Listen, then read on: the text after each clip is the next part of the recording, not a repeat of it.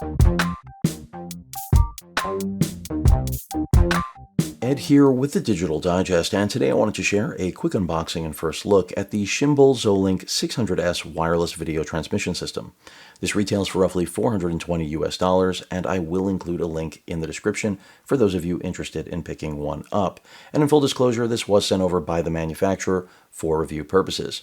With that out of the way, let's take a look at the packaging on what appears to be a very affordable and feature-rich system. I say that because first and foremost, it not only supports HDMI, but SDI as well, which is something you will not find at a price point like this. In fact, I would say the closest competing product out there right now is the Hollyland Mars 300 Pro, and again, no SDI there. In terms of video transmission rate, 1080p, 60 frames per second, up to 600 feet, which is very impressive.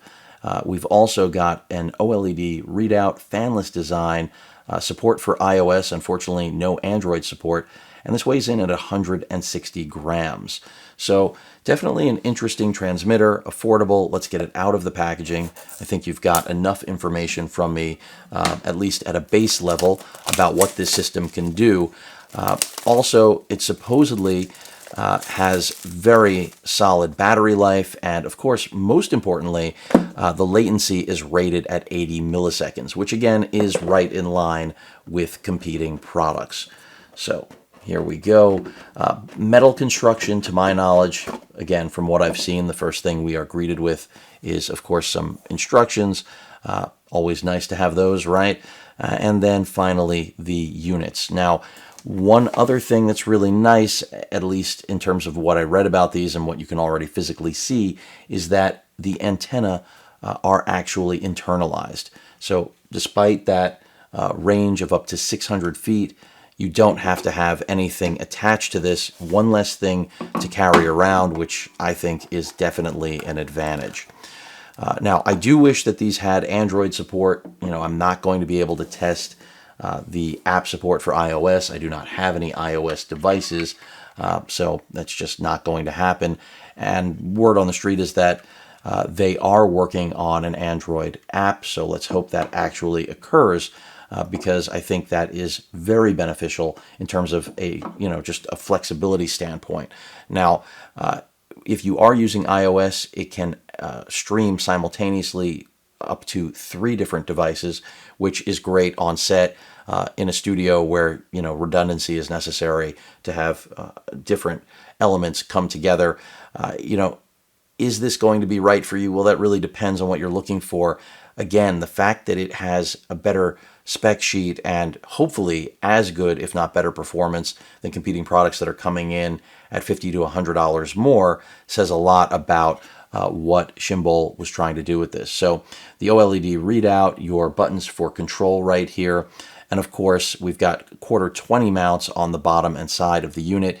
You can also power this using a traditional Sony NP battery, but in the event you want to hardwire it, they do have a Type-C port on both units, so that makes life easy. Of course, as I mentioned already, HDMI in and SDI in, which I think makes a world of difference depending on what you're filming with.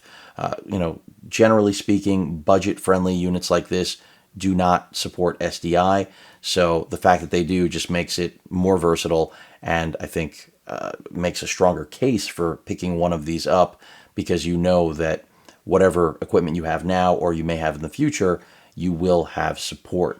So construction feels good. I think that a strong case for these also lies in the fact that they are fanless. Now, that's not to say that everyone is going to care so much about the fanless design, but I think anytime you can get away with a fanless engineering job and it doesn't come at a compromise of any sort, that's a great win. Now, I do anticipate these are going to get hot because there's no fan, so we'll see how hot they get, but that's just part of the trade-off, in terms of cooling solutions. But I know that that was something that was addressed by Shimbol from the previous generation, the 600, that preceded this unit. And of course, a Type A to Type C cable for basic connectivity, but we'll see how this works out, between what is supposed to be solid battery life and great distance and pretty low latency, again at 80 milliseconds. It seems like it should be a solid unit. It also doesn't look like, it's very subdued, which I think is beneficial.